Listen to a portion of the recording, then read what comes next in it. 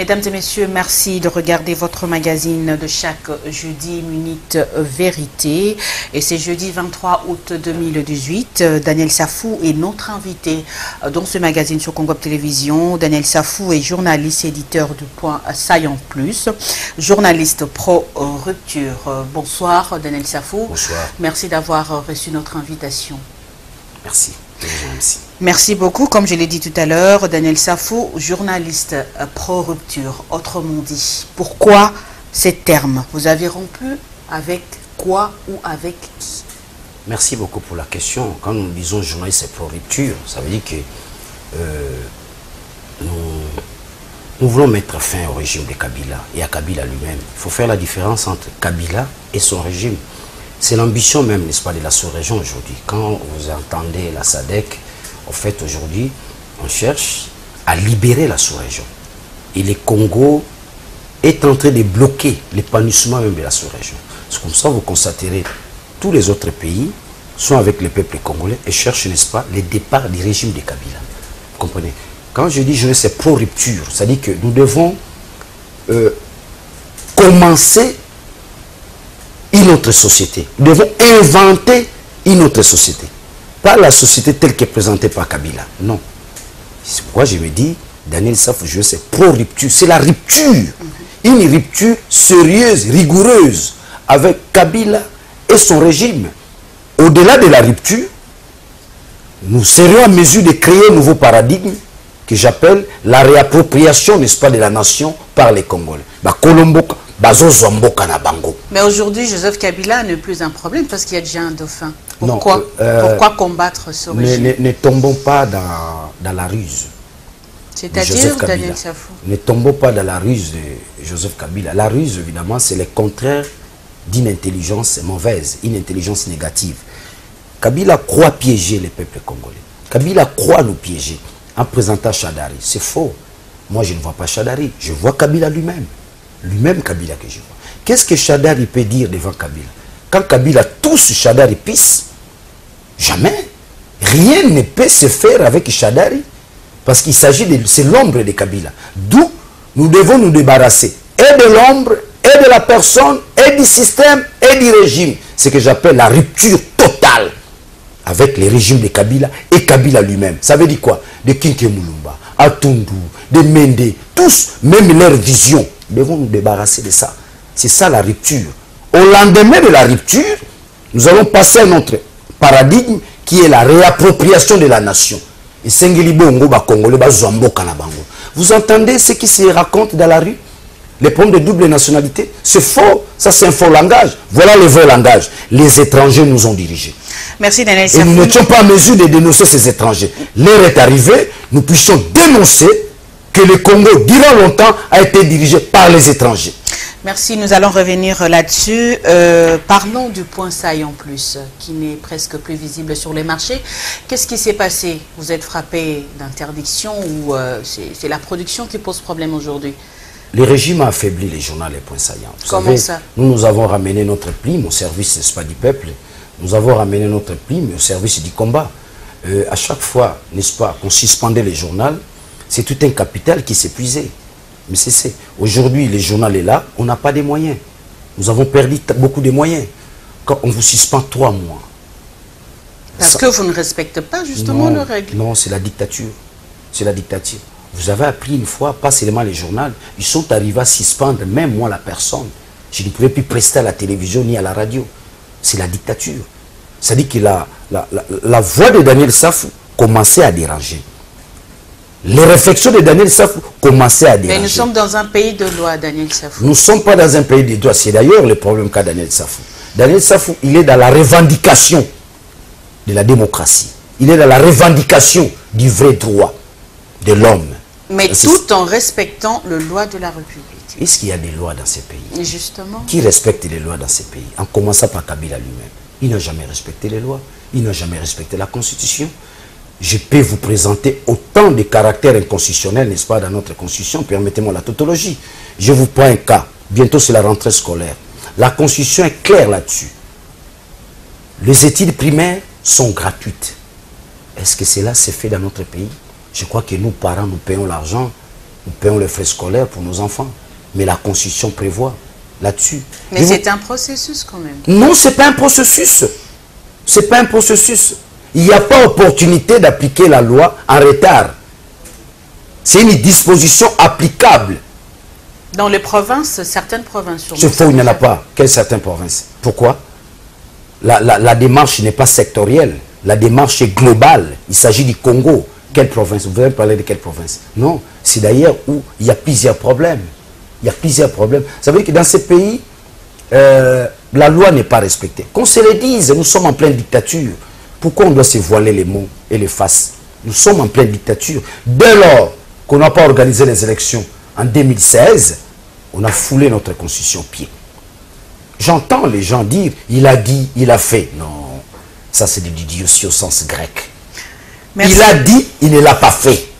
Contrairement à ce que les flatteurs racontent, il a dit quoi? Il a dit qu'il va respecter la Constitution. Le respect de la Constitution s'applique notamment à l'organisation des élections en 2016. Du moment où Kabila refuse d'organiser les élections en 2016, il a foulé la Constitution, n'est-ce pas, au pied. Nous n'avons pas la Constitution dans ce pays. Mais nous ne sommes plus à cette étape aujourd'hui, Daniel Safou. Le corps électoral est déjà convoqué. Non, nous sommes à cette étape. Nous sommes à cette étape. Pourquoi? Il y a eu l'accord de Saint-Sylvestre. Pourquoi cet accord? Cet accord n'avait qu'un seul objectif, le retour à l'ordre constitutionnel. Parce qu'on a détruit la Constitution. Et qu'allons-nous faire? Il va y avoir un accord. Cet accord n'avait qu'un seul objectif, provoquer l'opérationnalité liée au retour, n'est-ce pas, à l'ordre constitutionnel. Nous puissions revenir sur les rails. Mais hélas, Kabila a piétiné encore l'accord. Cet accord n'est pas dans son application intégrale. Il se pose un problème de décrispation. Si l'accord était réellement appliqué, on n'aurait pas de problème de Moïse Katumbi, on n'aurait pas de problème de Franck Diongo, on n'aurait pas de problème de Diomi Ndongala. Donc l'accord n'a jamais été appliqué. L'accord est pris en otage par des gangsters. Ils s'en foutent de la loi, ils s'en foutent du peuple congolais, ils s'en foutent de la classe politique. Mais donc nous sommes un pays où les lois ne sont pas respectées, nous sommes un pays où l'accord n'est pas respecté, donc nous sommes en pleine dictature. En pleine dictature. Les mêmes combats qu'a mené Tshisekedi hier, c'est le même combat que nous sommes en train de mener aujourd'hui. Et vous verrez, je viens de publier un ouvrage d'ailleurs qui, j'ai déjà fini sa rédaction. La semaine prochaine, ça sera sur les marchés. Daniel Safou, c'est ça l'intitulé même du livre. Daniel Safou, des points, dans la continuité, n'est-ce pas, du combat politique de Etienne Tshisekedi. Pourquoi? Tshisekedi a combattu la dictature. Et notre génération, nous combattons quoi? Nous combattons quoi? Nous combattons la dictature, qu'on se le dise. S'il n'y avait pas de dictature, aussi ne serait pas mort. S'il n'y avait pas de dictature, Kapangala ne serait pas mort. Mais c'est donc, qu'on se le dise, l'heure est arrivée où les revendicateurs du droit en tant que tel, où les revendicateurs de la démocratie doivent s'élever sans peur, sans honte, sans crainte. Là, je me réfère à Etienne Tshisekedi qui ne cessait jamais de le dire, braver la peur. La peur, c'est l'ennemi de l'homme. Donc nous devons sortir de notre peur, agir en tant qu'homme, agir en tant que compatriote, agir en tant que propriétaire de ce pays, agir en tant que citoyen. Dans ce sens-là. Là, au moins, nous pourrions libérer les Congo, contrairement à Laurent Désiré Kabila, qui a semblé nous faire croire qu'il a libéré les Congo. Non, un peuple se libère seul. Un individu ne peut pas libérer un peuple. Ça encore, c'est une escroquerie politique. Nous devons souligner. Je crois que la libération du peuple congolais relève lui-même en tant que peuple, dans sa démarche, dans ses initiatives, dans son intelligence, qui se libère face à la dictature, qui se libère face aux gangsters, qui se libère face aux flatteurs, qui se libère face à ceux-là qui veulent, n'est-ce pas, faire de ce pouvoir une affaire d'un individu ou d'un groupe d'individus. Daniel Safou, candidat député provincial à Matete et candidat à député national à Mont-en-Bas.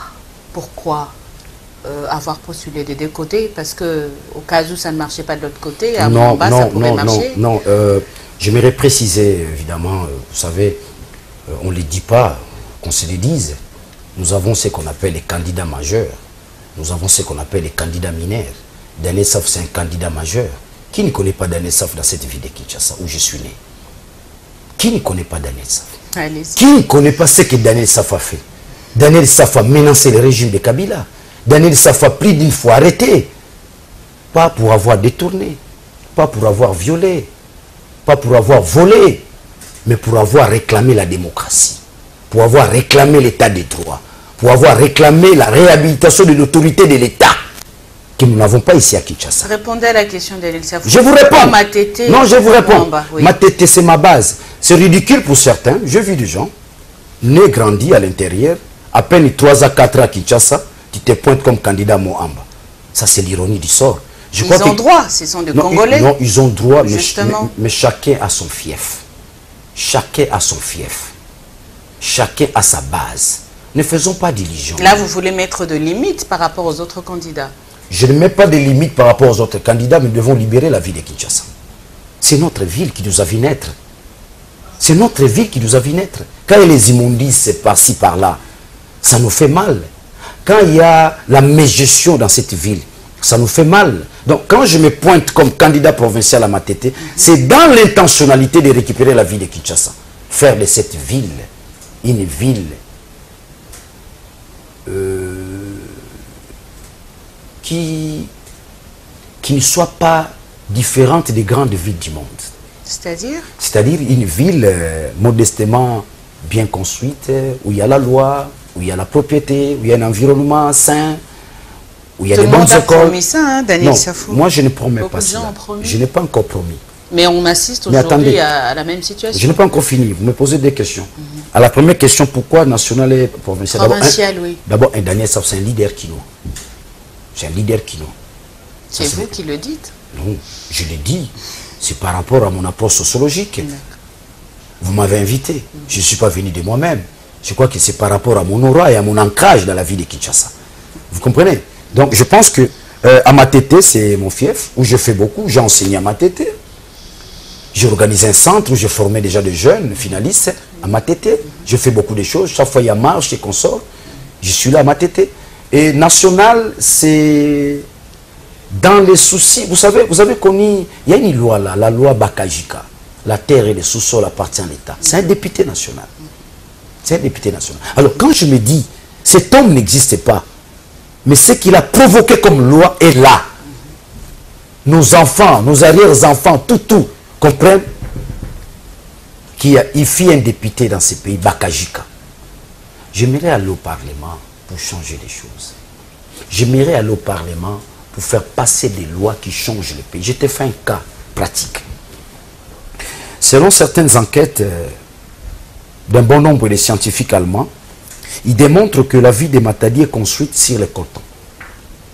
Daniel Safou, député, je m'amène avec une loi devant délocaliser la ville de Matadi, ramener la ville de Matadi à Songololo et ramener les jeunes à extraire du coltan. Et ça serait un boom. C'est là qui disent 100 milliards, 86 milliards. Moi, Daniel Safou, je pense, si j'arrive à réussir cette opération, à délocaliser la ville de Matadi, le Congo pourra avoir un budget de 300 000 dollars, pardon, de 300 milliards de dollars. Ça, je vous dis, avec les coltans. Quand vous prenez Kassangoulou, de Kassangoulou à Matadi, il n'y a que des minéraux. Tout ce que vous avez, n'est-ce pas, dans les Katanga, vous trouverez cela au Congo central. Mais ça nous demande de l'intelligence. Nous n'allons pas à l'Assemblée nationale ou à l'hémicycle parce qu'on veut être député. Nous nous sentons interpellés par notre moi intérieur que nous sommes intelligents et qu'on peut apporter cette intelligence, n'est-ce pas, à l'hémicycle. C'est un travail technique. C'est un travail technique. Ce n'est pas les députés qui construisent les ponts. Ce n'est pas les députés qui financent les projets. Les députés, son travail, c'est mettre son intelligence au service de la nation, en légiférant. C'est ça le travail du député, légiférer. Au-delà de ça, il n'y a pas autre chose. Daniel Safou, élu député, je pense que les Congolais vont assister à des spectacles tels que, pour la première fois, un député peut faire descendre un président de la République pour détourner un vol. Pour la première fois, vous verrez un député peut faire descendre un premier ministre pour détourner un vol. Daniel Safou, il veut plutôt pour lutter contre la corruption. Les jours où on va arrêter la corruption dans ces pays, nous aurons un bon budget. Vous comprenez? Rappelez-vous, n'est-ce pas, de Luzolo Bambi. Nous avons au moins 15 milliards de dollars qui se volatilisent chaque année. Et si on doit canaliser ce genre d'argent, quand Luzolo parle de 15 milliards, mais selon les enquêtes, nous sommes arrivés à 20 milliards de dollars qui se volatilisent dans les poches des individus. pourquoi vous verrez, ils veulent rester éternellement au pouvoir.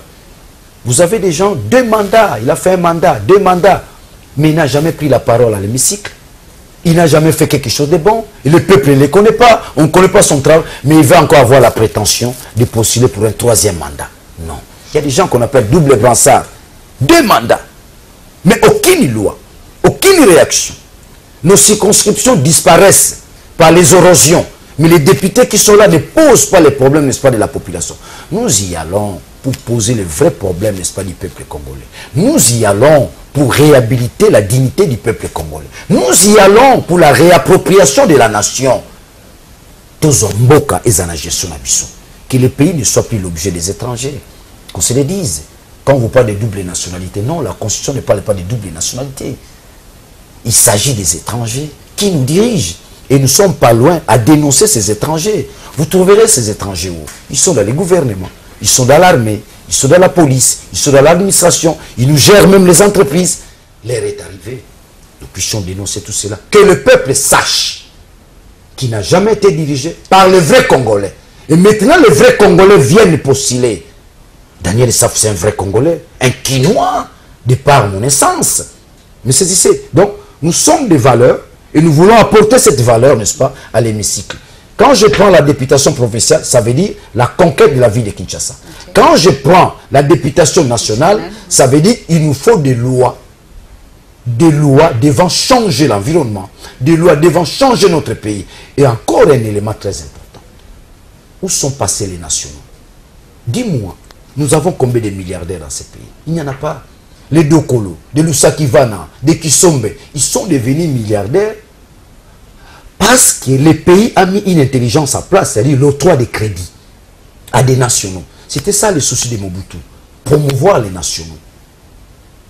Et il a réussi les coups.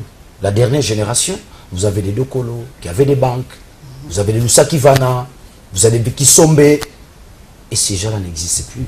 Je crois que nous aurons l'hémicycle pour que demain, nous ayons des Lusakivana, des Dokolo, des Kisombe, par l'octroi, n'est-ce pas, des crédits. Le pays doit faire la promotion des nationaux. Vous me saisissez? Mais aujourd'hui, à Kinshasa et au Congo, il y a la promotion de qui? Je crois des Indiens, des Libanais, des Pakistanais. C'est ce qu'il faut faire dans ces pays. Donc vous voulez dire, Daniel Safou, qu'aujourd'hui, c'est ça votre motivation à vouloir embrasser en fait la vie politique? Parce qu'on assiste aujourd'hui à plusieurs journalistes aujourd'hui qui veulent embrasser cette vie politique. Donc dans la presse, ça veut dire que ça ne marche plus. Daniel Safou n'est pas un journaliste, c'est tout court. Daniel Safou, c'est un journaliste de combat. J'ai mis ma plume, n'est-ce pas, au service de la nation. Si il y a autant de journalistes qui possible, c'est de leur droit, ils sont libres. Mais il faut définir la qualité de chaque journaliste. Oui, pour que ces changements brusques d'un coup. Changement brusque comment? Journalisme, politique, directement. Je l'étais déjà. Quand vous prenez mon journal, c'est moi qui anime pratiquement la rubrique politique dans mon journal. Vous comprenez? Il n'y a pas... Les journalistes est à un pas, n'est-ce pas, de la chose politique. La chose politique. Les journalistes, il est à 0 mètre, n'est-ce pas, de la gestion de la cité. Il a un œil. Mais il faut la continuité quand même. Comment il gère comment les autres gèrent la cité? Il est la conscience critique de la société, comme le définit Émile Zola. Vous comprenez? Les journalistes, c'est celui qui alerte les autres. Attention, tel a volé. Attention, il y a détournement. Attention, il y a corruption. Attention, il y a inconstitutionnalité. Attention, on risque de ne pas appliquer la Constitution. Attention, c'est ça les journalistes. Mais la vocation, n'est-ce pas, d'accompagner la cité, de gérer la cité, ça c'est autre chose. C'est une vocation, c'est un appel. Je me sens interpellé. C'est un appel. D'ailleurs, parmi les phrases qui m'accompagnent, n'est-ce pas, dans ma campagne en tant que député, il s'agit de la volonté du peuple. Ce n'est pas moi, ce sont les gens. Ce sont les gens, ceux qui m'écoutent et ceux qui me suivent en cours de route. Non, il faut postuler. Ah, il faut voter. Il faut prendre la candidature. C'est cette volonté-là sociologique qui m'a poussé, qui m'a motivé. Je n'aimerais pas aller déposer une candidature pour échouer. Je pense que je suis allé déposer ma candidature pour réussir. Et je vais réussir et nous changerons les choses. Ce que nous allons changer en première les places, c'est la transformation de l'homme congolais. Là où Kabila a échoué. Là où Kabila a dit, je n'ai pas pu changer l'homme congolais, nous allons changer l'homme congolais. La transformation de l'homme congolais dans sa triple dimension. C'est quoi ces triple dimensions? La triple dimension, c'est-à-dire l'être de l'homme, son mental et son physique. Son tazolia bien, ça n'ira pas. Son tazana santa bien, ça n'ira pas. C'est cet homme-là qui, à son tour, sera en mesure, n'est-ce pas, de construire le Congo. Changer l'homme, ça veut dire construire l'homme. On ne construit pas. Là, je suis dans une philosophie pratique. Quand la Fidèle dit, nous sommes venus reconstruire le pays, ça c'est une erreur grave. Nous devons d'abord construire l'homme. C'est là où je suis d'accord avec Félix Tshisekedi. C'est là où je suis d'accord avec lui. En quel terme? Non, ça dit que Félix, dans ces trois axes, il fait allusion à l'homme. C'est l'homme qui est le moteur du développement. Il faut d'abord commencer par instruire cet homme-là, l'aménager, le construire, pour que lui, à son tour, soit en mesure, n'est-ce pas, de développer l'environnement et qu'on sort. Donc, nous devons construire l'homme congolais. Et comment il faut le construire? En commençant par les libérer de la pauvreté, en commençant par les libérer de la peur, en commençant par les libérer, n'est-ce pas, de l'idiotie. Et une fois cet homme-là est libéré et construit, il pourra construire les Congos. Et cela va s'opérer comment? Il faut des lois. Il faut des lois devant permettre aux nationaux, n'est-ce pas, de bénéficier de l'air minéré. Il faut permettre aux nationaux de bénéficier de leur environnement. Tous ces Indiens qui viennent, tous ces Pakistanais qui viennent, ils trouvent l'argent où? C'est ici au Congo. Mais le cadre est favorable pour eux. Mais le cadre n'est pas favorable pour les nationaux. Quel est ce régime-là qui préfère occasionner aux expatriés le bonheur, la richesse, les affaires, mais contrairement, n'est-ce pas, aux nationaux? Je crois que nous ferons cela. Nous allons changer ces gens avec des lois pratiques. Je prends le cas, par exemple. Nous avons des minéraux où on ne peut donner l'occasion que à des nationaux. Aujourd'hui, nous avons Miba. Miba est partout. Tous ces jeunes gens que vous voyez avec des motocyclistes, si vous relancez Miba, ils vont regagner Mbujimaï. Ils vont regagner Mbujimaï. Ça ne sert à rien de dire, pas des motocyclistes à Kinshasa. Non! Qu'est-ce que vous avez créé? Qu'est-ce que vous proposez après avoir pris la décision? Vous refusez les motocyclistes? Mais ces jeunes gens-là, qu'est-ce que vous prévoyez? Relancer Miba. Relancer Miba. Créer l'emploi Miba. Industrialiser, n'est-ce pas, les pays. Vous verrez, les jeunes iront travailler. Les jeunes ont soif de travailler, ils n'ont pas d'emploi. Donc Daniel Sav, quand tu viens, d'abord chercher à construire cet homme congolais, et lui, à son tour, pourra enfin construire le Congo. Dans ce sens-là. Ce que j'appelle la triple dimension de l'homme, de l'être même de l'homme. Très bien, Daniel Safou, vous aviez des projets, tout comme ceux qui ont postulé à la présidentielle de 2018, comme Félix Tshisekedi, qui a présenté justement aussi son programme de 86 milliards. Est-ce que vous ne pensez pas que c'est un peu osé, 86 milliards de dollars? Je ne suis pas à mesure de parler du projet de Félix à l'heure actuelle. Comment appréhendez-vous? Non, en fait, c'est un projet de gouvernement, une fois élu. Je ne suis pas à mesure de parler de ces projets, d'autant plus que nous réclamons le retour de Moïse Katumbi. Je m'inscris, n'est-ce pas, dans la philosophie des pères de l'indépendance. Quand ils se retrouvent à la table ronde, ils ont posé des problèmes. Avant qu'on inscrive les points à l'ordre du jour, nous réclamons notre confrère, Lumumba. Et les Belges ont refusé, c'est un voleur, il a détourné, non, il doit rester là. Ce sont des infractions des droits communs. Et nous avons, les pères de l'indépendance ont réclamé Lumumba. Lumumba s'est retrouvé sur la table ronde. L'histoire doit se répéter. Où est la solidarité politique? Tous ceux qui pensent qu'ils peuvent aller aux élections sans leur frère Moïse Katumbi, on appelle ça égoïsme, manque de solidarité. Ils risquent même d'être sanctionnés. À l'heure actuelle, le paradigme s'articule autour d'une seule chose, le retour de Moïse Katumbi. Tous les politiciens doivent réclamer son retour. C'est leur frère. C'est un fils du pays.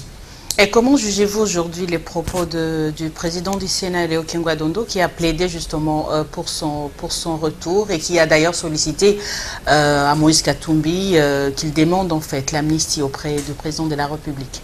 Vous savez, Kingwa-Dondo a des dimensions. Il a la dimension politique, il a aussi la dimension scientifique. N'oublie pas, il a enseigné les droits à l'Université de Kinshasa. N'oublie pas qu'il est docteur honoris causa. dans sa dimension intellectuelle, vous savez, l'intellectualisme est caractérisé par l'objectivité. Ce que nous appelons la vérité. C'est d'ailleurs l'intitulé de votre émission. C'est-à-dire qu'en tant qu'intellectuel, il est resté objectif. Vous comprenez? Il met en relief, n'est-ce pas, la peur du FCC vis-à-vis de Moïse Katumbi. Il est dit qu'il regagne le pays, afin que les jeux soient ouverts à tout le monde. C'est pas un soutien pour vous de la part du président du Sénat? Non, un soutien... un geste de solidarité? Non, oui, un soutien c'est trop dit. Moi je pense qu'il a agi en intellectuel, pas en politique. Mais aussi Kengwa Dondo met en relief la peur de la majorité vis-à-vis de Moïse Katumbi. Il est allé plus loin encore, ça il faut souligner. Quand vous analysez dans la profondeur, n'est-ce pas, du discours de Kengwa Dondo, il vous fait voir que le FCC, c'est un regroupement composite, hétérogène et hétéroclite. Ça veut dire que, à la longue, ce mouvement va disparaître parce qu'il s'agit des intérêts du ventre.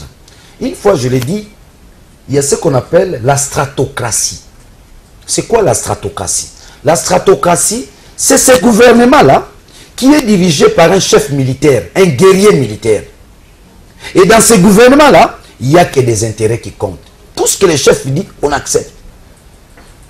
Chadari Mutaozala Dauphin Abino, iyo. Pour soutenir Chadari, iyo. Là, on ne réfléchit pas. Sinon, le chef du gouvernement peut abattre. Parce que c'est un guerrier militaire. C'est ça la stratocratie. Donc nous sommes en pleine stratocratie. Kabila, c'est un guerrier militaire. Dites-moi, quand il soit Kingakati, qui peut dire non à Kabila? Tous. Parce qu'il s'agit du ventre, parce qu'il s'agit des intérêts égoïstes, tout ce que Kabila a l'air, ils acceptent. Revenons sur Kengwa Dondo. Je reviens maintenant sur Kengo. Oui. Kengwa Dondo montre à suffisance que ce regroupement n'a pas d'avenir. N'a pas d'avenir simplement parce que c'est un regroupement à la fois hétérogène et hétéroclite. Les gens viennent de partout, mais pour un seul intérêt, l'intérêt égoïste, n'est-ce pas, est personnel. Les jours où il n'y aura plus l'argent, au niveau du FCC, le FCC va disparaître. Et je vous assure, à la longue, le FCC ne va pas exister. Si le FCC existe, parce qu'il y a le Fafio, parce qu'il y a l'argent. Parce qu'il y a l'argent. C'est ça. C'est ça. Parce qu'il y a la vision aussi. Non, ils n'ont aucune vision. Il y a des ambitions. Ils n'ont aucune vision, ils n'ont aucune ambition. Parce que je vous dis, nous allons à une élection où le peuple va sanctionner tous ceux qui ont géré avec Kabila. Ça, je vous dis. C'est pourquoi vous voyez, ils tiennent avec la machine à voter. Je vous donne une information. Ils se sont retrouvés il n'y a pas longtemps au siège du PPRD. Dans les réunions, ils reconnaissent qu'ils ne vont pas réussir. Nous devons nous battre. Le peuple ne va pas nous voter. Nous avons très mal travaillé. Ils ont fait de la corruption, n'est-ce pas? Mais les élections, c'est pas un cadeau. Il faut justement se battre pour réussir les élections. Mais c'est quoi les élections? C'est distribuer les tricots, c'est donner à manger aux mamans. En fait, l'élection, c'est le discours, c'est la vision. Quelle est votre vision une fois que vous accédez aux affaires? C'est d'abord ça. Vous comprenez? Mais au Congo, moi, je pense que nous n'allons pas voter les programmes. C'est un faux débat. Nous avons vu, n'est-ce pas, les programmes de Kabila. Où est passé ces programmes? La révolution de la modernité. On l'a voté avec la révolution de la modernité. Où est passée la révolution de la modernité? On l'a voté avec les 5 chantiers. Où est passé les 5 chantiers? Nous n'allons pas voter les programmes de peur que les experts puissent ficeler un programme extraordinaire, un programme puissant, mais qui, à la longue, vous n'allez pas appliquer. Nous allons voter les individus qui se sont engagés dans ce combat de manière honnête, les revendicateurs du droit, les revendicateurs de la démocratie. Nous allons voter ceux-là qui sont restés fidèles, n'est-ce pas, à côté du peuple, pour un vrai combat, pour une vraie revendication. Nous n'allons pas voter n'importe qui. C'est pourquoi je vous dis, dans cette catégorie, vous trouverez, il y a des candidats mineurs, il y a des candidats majeurs. Vous comprenez? Je prends le cas de Moka, ça c'est un candidat mineur en tant que président de la République. On ne cite pas le nom de gens dans l'émission, Daniel Safou. Oh, merci beaucoup, on ne cite pas les noms, mais moi je crois que maintenant on réussira même de citer les noms. Donc je disais tantôt, nous avons des candidats mineurs, nous avons des candidats majeurs. Les candidats mineurs, ce sont ceux-là qui se projettent avec beaucoup d'opportunisme. Les candidats majeurs, ce sont ceux-là qui sont restés dans les combats, dans l'engagement, dans la sincérité, dans la constance. Ceux-là, ce sont des candidats majeurs. Ils sont connus par le peuple. Vous avez évoqué ça tout à l'heure, Daniel Safou. Parlons justement des élections, de la machine à voter. Lors de cette interview du président du Sénat, Léokin Gwadondo, il a souligné que trop de critiques tuent l'élection aujourd'hui. Et s'il faut rassurer peut-être la population, il faut un audit de la machine à voter. Êtes-vous d'accord avec cette démarche? Oui, je suis d'accord avec cette démarche. Je crois que la machine à voter, il y a un argument qui résiste aux assauts du doute. Cette machine ne dénote pas de la loi. Ce sont des supputations, des nangas, c'est de l'escroquerie même. C'est comme ça que moi j'appelle ça la machine à voler. Il y a une vaste mafia autour, n'est-ce pas, de cette machine à voler. Vous saisissez, ça c'est de 1. Donc c'est ce qui va empêcher à ce qu'on ait les élections le 23, s'ils tiennent mordicus, n'est-ce pas, avec la machine à voter. Nous allons, n'est-ce pas, ramener l'ensemble de notre peuple dans la rue, juste pour barricader la route à Nanga. Donc il n'y aura pas la machine à voter. Ça c'est de 1. De 2, les processus électoraux, sans la décrispation, il n'y aura pas élection, qu'on se le dise. Nous ne sommes pas des femmes de Kabila. Nous ne sommes pas des enfants de Kabila. Kabila n'est plus candidat. Non, dire que Kabila n'est plus... Ça, c'est un piège. Kabila est là. Chadari, c'est qui? Moi, je ne vois pas Chadari. Chadari, c'est le choix du FCC. Ce n'est pas le choix du FCC. Ils n'ont pas été consultés, Kengo l'a dit. Est-ce que Kabila a consulté, n'est-ce pas, tous ces gens, tous ces membres du FCC? Est-ce qu'il y a eu réflexion a priori? Il n'y a pas eu de réflexion. On les a imposés. C'est ça la stratocratie. Un chef guerrier militaire, il vous impose. Mais c'est ça la stratocratie. Moi, je crois que les gens sortent un peu de cette léthargie rationnelle. Chadari égale Kabila. Kabila égale Chadari. Et aujourd'hui, quand on me présente Chadari comme dauphin, je me dis c'est Kabila. De la même manière, nous avons combattu Kabila. De la même manière, nous allons doubler nos efforts pour combattre Chadari. Il ne passera pas. Chadari représente quoi dans ce pays? La population a voulu des élections. La classe politique congolaise veut l'alternance. Aujourd'hui, Kabila n'est plus candidat. Il a présenté son choix. Pourquoi ça choque? Pourquoi ça continue, en fait, que les gens puissent continuer à contester ce choix? Merci beaucoup pour cette question. C'est aussi l'occasion de répondre à toutes ces réactions. Il a dit, il a fait. Il a dit quoi? Il va respecter la Constitution. Il n'a jamais respecté la Constitution. Respecter la Constitution, ça veut dire respecter les délais, n'est-ce pas, constitutionnels. Parce que les gens s'y attendaient. Non, pas les gens s'attendaient. À ce qu'il se représente, mais il ne l'a pas fait. Non, on le savait qu'il n'allait pas se présenter. Je l'ai dit dans une des émissions. Kabila se présente, on le chasse. Si Kabila s'était présenté le 8, le 9, vous auriez vu un engouement terrible. Mais c'est ça qui justifie justement cette phrase. Il l'a dit, il l'a fait. Non, il a dit, il a fait. Par rapport à quoi? Il a dit, il a fait par rapport, n'est-ce pas, au respect constitutionnel. Par rapport au caractère constitutionnel. Quel est le caractère constitutionnel aujourd'hui? Nous n'avons pas une constitution. Si, et seulement si, nous étions en plein respect de la constitution, Tchibala Nzenze ne serait pas Premier ministre. Ne serait pas Premier ministre. C'est les accords de la Saint-Sylvestre. Alors, est-ce que la Constitution prévoit les accords? Parce qu'il n'y a pas eu respect de la Constitution. C'est pourquoi nous sommes allés, n'est-ce pas, à l'accord de Saint-Sylvestre, juste pour réaliser le retour à l'ordre constitutionnel, comme je l'ai dit tantôt, pour ne pas me répéter. Vous comprenez? Ça veut dire que Kabila a foulé la Constitution au pied. S'il avait respecté la Constitution en organisant les élections en 2016, il n'y aurait pas eu accord de Saint-Sylvestre. Le fait qu'il y ait accord de Saint-Sylvestre, donc, ça détruit automatiquement l'expression qui sous-tend « il a dit, il a fait ». Là, c'est une flatterie. J'en appelle aux journalistes, n'est-ce pas, de la voix d'Isaïe, la RTNC, qui change un peu cette publicité-là en tout moment. Nous ne sommes pas censés suivre ces bêtises-là. Il a dit, il a fait. Il a dit, il a fait. On sera à ce stade. Il n'a pas respecté les délais constitutionnels. Aujourd'hui, Kabila est en train de nous bouffer notre démocratie. Aujourd'hui, Kabila a notre souveraineté. Aujourd'hui, l'indépendance tant criée est entre les mains de Kabila. Ils nous ont pris notre souveraineté. Ils ont notre souveraineté. De Mende, Atundu, Kabila, ils ont notre souveraineté. Ça veut dire quoi? Il n'y a qu'un groupe d'individus qui profitent du Congo.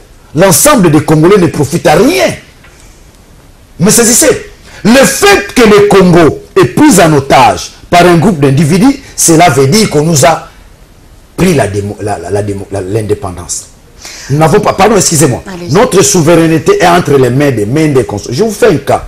Lorsque Kabila choisit son dauphin, est-ce que Mende peut faire une conférence de presse pour annoncer, n'est-ce pas, le dauphin de Kabila avec les matériaux, n'est-ce pas, du pouvoir, avec les moyens de l'État?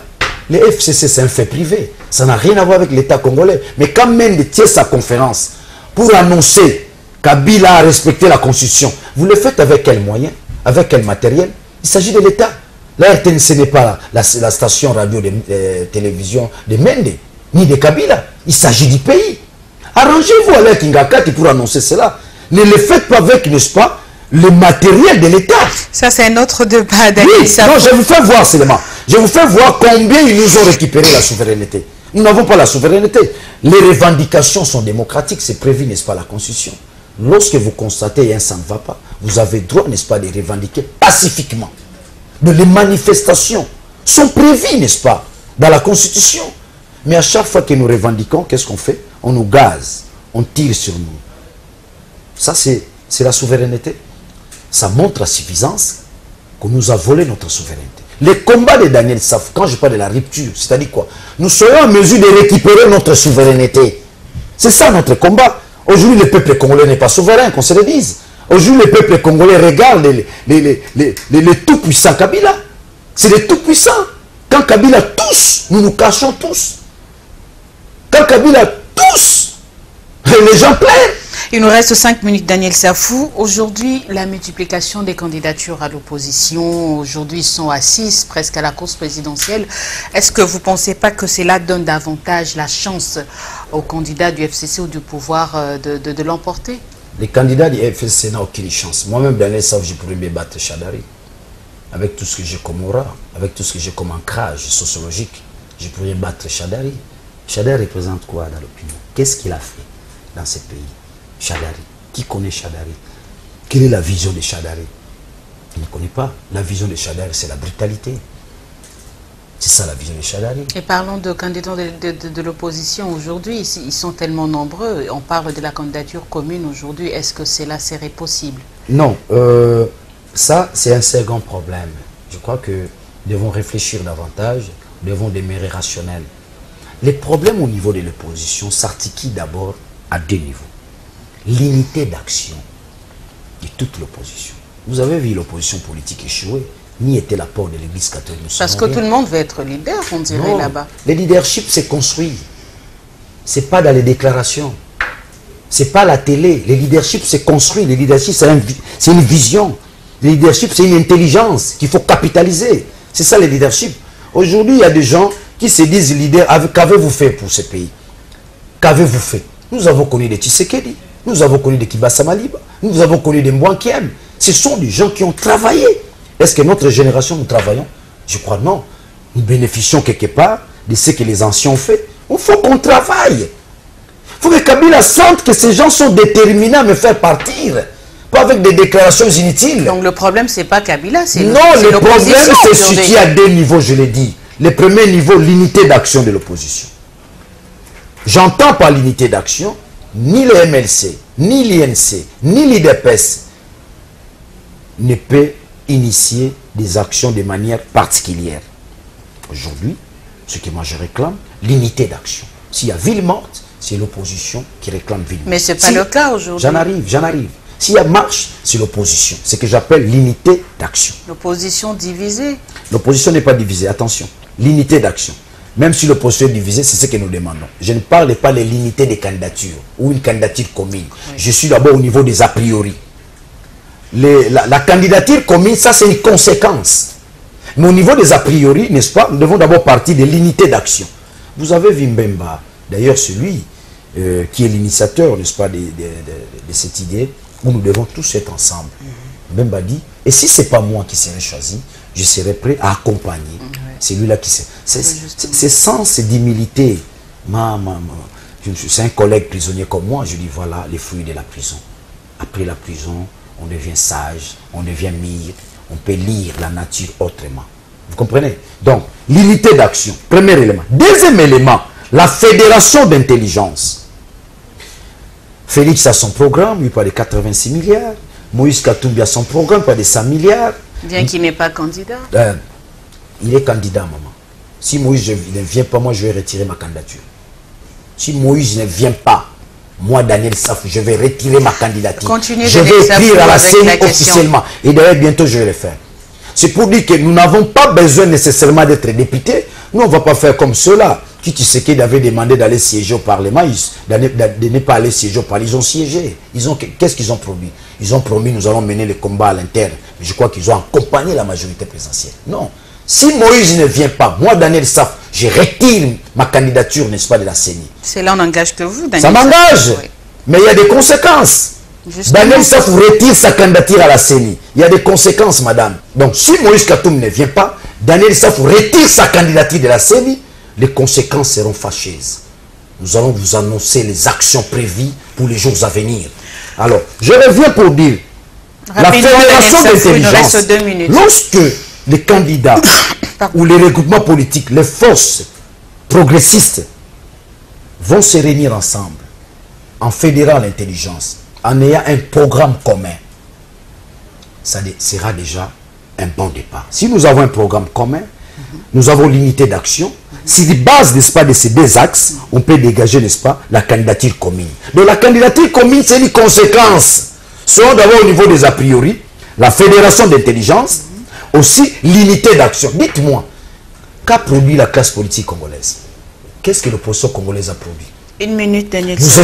Nous étions zigouillés par Kabila. On n'a pas pu organiser des villes mortes après Tshisekedi. On a pu organiser des marches après Tshisekedi. Ni était l'apport du CLC, de l'église catholique, nous serions restés, n'est-ce pas, dans les stratosphères, continuer à se dire opposants, continuer à se dire IDPS, continuer à se dire MLC, continuer à se dire dynamique. Je crois que l'église nous a sauvés en organisant des marches. Ce sont ces marches qui ont poussé le pouvoir à réfléchir deux fois, notamment Kabila. Vous comprenez? Donc l'église a renforcé la dynamique interne. Avec l'appui extérieur, ça nous a produit une force réelle, n'est-ce pas, liée à la citoyenneté, ce que j'appelle le compatriat avec la patrie. C'est comme ça qu'ils sont en train de reculer. Donc, dire que tel sera candidat président de la République, tel, non, ce n'est pas comme ça. Dernière question. D'abord, deux choses se soulignent, l'unité d'action. C'est déjà dit. Et la fédération d'intelligence, pour qu'on arrive, n'est-ce pas, à produire un seul programme. Si ces deux choses ne sont pas encore faites, ça ne sert à rien que les gens aient des prétentions de dire que non, nous c'est notre président, nous c'est tel, non. Ok, Daniel Safou, juste la toute dernière question. La RDC a refusé Thabo Mbeki comme émissaire spécial de l'Afrique du Sud. Comment jugez-vous cette position du gouvernement congolais aujourd'hui? C'est une honte. C'est une honte. Ce gouvernement veut nous faire croire qu'ils ont de la personnalité, ils sont capables de faire les choses. C'est une honte. Ce n'est pas seulement une honte, ça il faut souligner. Ils ne veulent pas que le monde arrive à comprendre ce que nous avons compris. Qu'est-ce que nous avons compris? L'organisation d'une fraude organisée. C'est ça la peur. Ils savent. Thabo Mbeki et consorts pourront facilement extirper la fraude organisée. Ça, c'est de un. De deux, lorsqu'on vous dit nous allons financer les élections nous-mêmes, cela suppose quoi? C'est langage là. Nous allons financer les élections nous-mêmes. Cela suppose la tricherie. Cela suppose qu'ils ne veulent pas le contrôle du monde. Si vous refusez Thabo Mbeki, donc demain vous allez refuser les observateurs internationaux. Donc nous voulons mener des élections, n'est-ce pas, en Staline. Oui, en Staline. C'est-à-dire, bolinga. Quand vous prenez cette machine à voter, le Chadar, il compte sur quoi? Les PPRD comptent sur quoi? Tous ces gens qui passent à la télé avec arrogance, donc on gagne. Quelle contradiction, ma soeur. Nous tous, nous sommes convaincus que le régime de Kabila a échoué.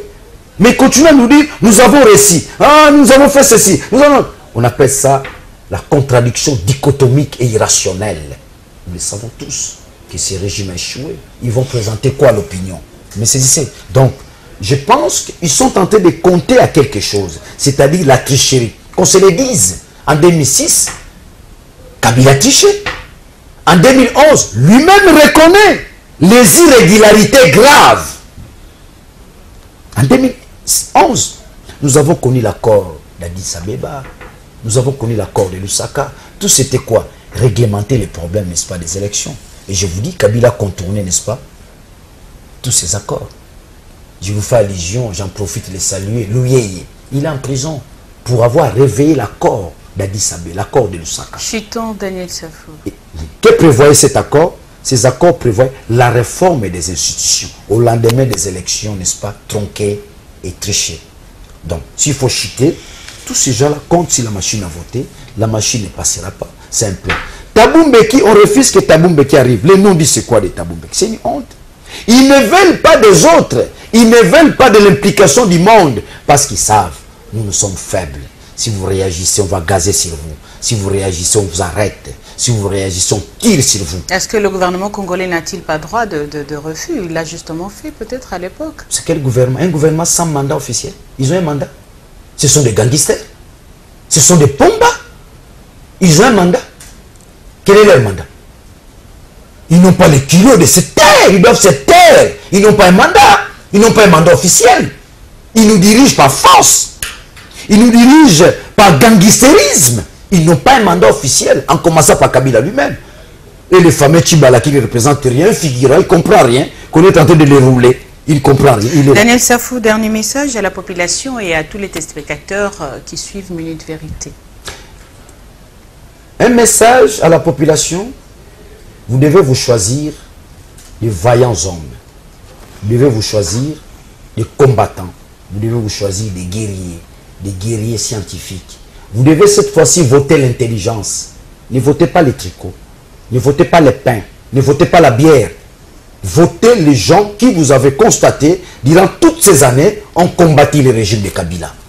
Ce sont ceux-là qui devaient voter. Ceux qui ont combattu le régime de Kabila, ils sont en mesure, n'est-ce pas, de construire le Congo. De peur qu'eux, qui soient en contradiction avec vous, peuple congolais. Vous devez en premier lieu place, peuple congolais, bon voter bateau babundisi Kabila, bateau baboyi Kabila, bateau ba dénoncer corruption, bateau baboyi kimuyibi, bateau ba dénoncer ba détournement, bateau babwakeli ba gaz, ba beti ba fimbo, ba kangaka bango pona likambusa yoko, likambako boya, ba ebako kamba biso na lolenge ya mabe. Donc, je crois que mon message s'articule autour de la rupture. Je crois que mon message s'articule autour de la réappropriation de la nation. Biso bana mboka tolingi tozwa mboka na biso tokozwango wapi? Tokozwango na nzela parlement. Na nzela parlement. Merci. Voter biso te obe bango bamelaka soupe baliaka ngulu batumba. Merci baliaka Thompson yambalo te. Nous sommes arrivés à la fin de ce magazine. Je rappelle que Daniel Safou était notre invité pour ce jeudi 23 août 2018. Je rappelle qu'il est journaliste et éditeur du Point Saillant, autrement dit journaliste pro-rupture. Merci d'avoir accepté notre invitation de ce soir. Mesdames et messieurs, nous sommes arrivés à la fin. Bonne suite de programme sur nos antennes de Conga Télévision. Retrouvez Magazine Minute Vérité chaque jeudi à partir de 22h, heure de Kinshasa, et la rediffusion chaque mardi à 13h15. À très bientôt.